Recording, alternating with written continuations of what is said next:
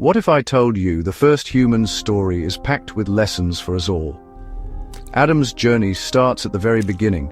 He's the first human, shaped from clay, brought to life with a single breath.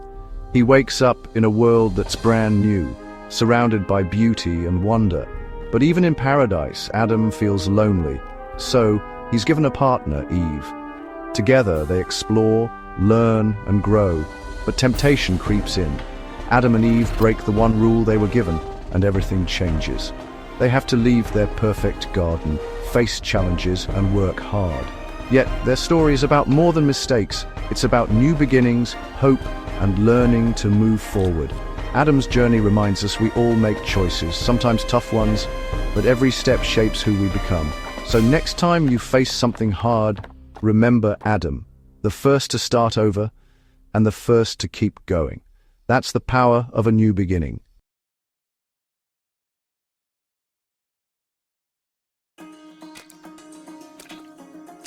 Imagine a world with no sadness, no loneliness, and no goodbyes. The sun always shines just right, and the air is filled with the scent of flowers and the songs of birds. No one gets sick, and there's no need for locks. Everyone trusts each other. This was the world at the very beginning, the Garden of Eden.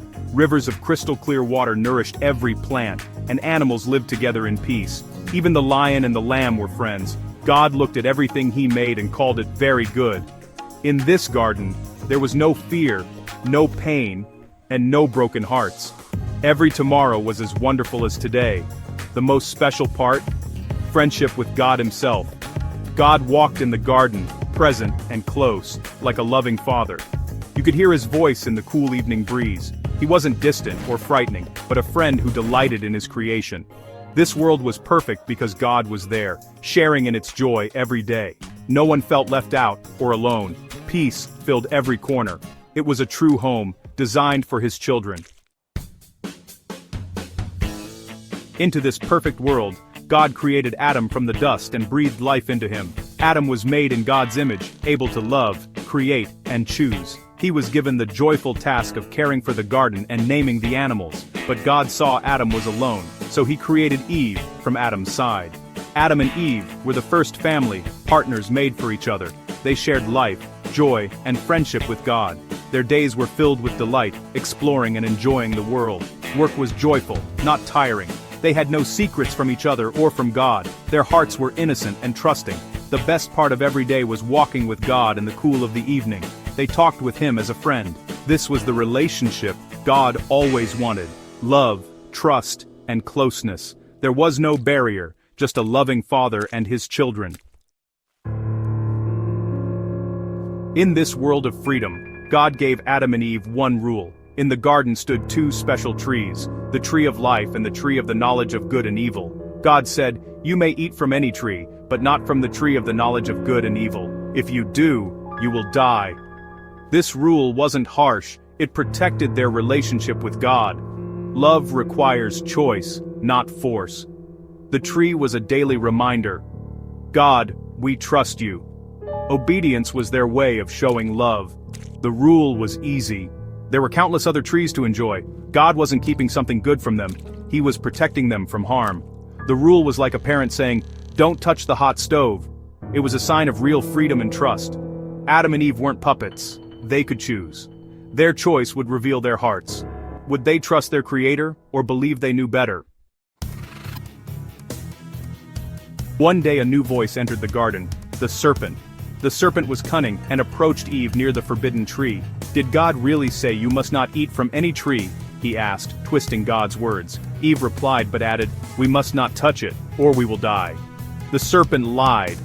"You will not die. God knows you'll be like him, knowing good and evil."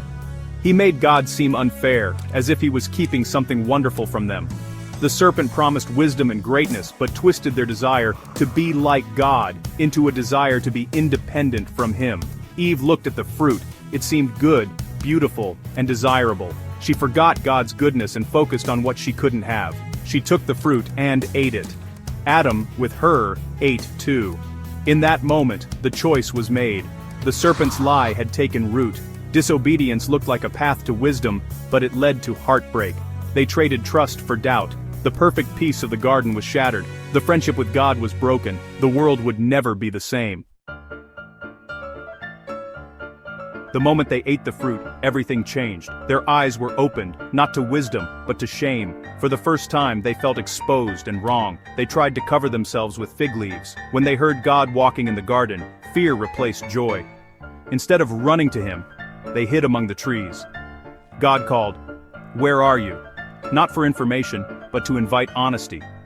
Adam replied, "I was afraid because I was naked, so I hid."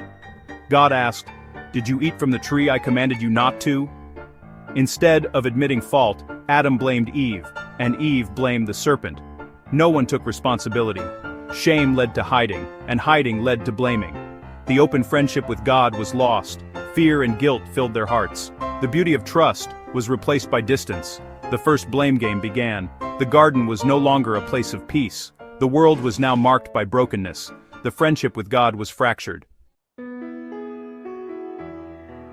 Their choice brought consequences. God, just and loving, could not ignore disobedience. The world of peace was now fractured. The serpent was cursed, and pain entered Eve's life. Adam's work became hard. The ground was cursed with thorns. The partnership with creation was broken. The greatest loss was death, spiritual and physical. Their relationship with God was severed. God sent them out of Eden, placing an angel to guard the way back. This was both judgment and mercy. Living forever in brokenness would be misery. The gate to paradise was closed. Humanity began a new, difficult journey outside the garden. The consequences of their choice would echo through every generation.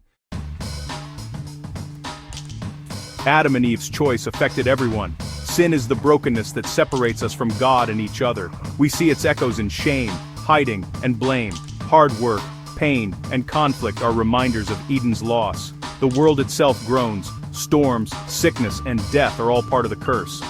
Every funeral reminds us we were made for life, not death. Deep inside, we feel a longing for something more, a home we've never known. We try to fill the emptiness, but only God can satisfy it. We're born outside the garden, longing for restoration. The sadness of Eden lingers in every human heart. Even in judgment, God gave hope. He promised the serpent that one day a descendant of Eve would crush evil. This was the first hint of the gospel, a promise of rescue. Sin and death would not have the final word. God's plan of redemption began. Through generations, this promise was passed down. At the right time, God sent his son, Jesus. Jesus was the promised Savior, the one to defeat evil. Where Adam failed, Jesus obeyed perfectly. Jesus crushed the serpent's head by dying on the cross. It looked like evil had won, but 3 days later, Jesus rose from the dead. He defeated sin and death forever. His death paid for our sin. His resurrection opened the way back to God. Through Jesus, forgiveness and restored friendship with God are possible. The gate to paradise is open again. Jesus is the way back to the Father. The story of Eden points to the story of Jesus. Hope shines in the darkness. The story of Adam and Eve is our story. It explains our world's beauty and brokenness. We all face moments of temptation and struggle with trust. This story invites us to see our need for a Savior. God's love was not defeated by our failure. He pursues us, offering forgiveness and a new beginning through Jesus. We each stand before our own tree of choice. Paul is the beginning of the greatest love story ever told.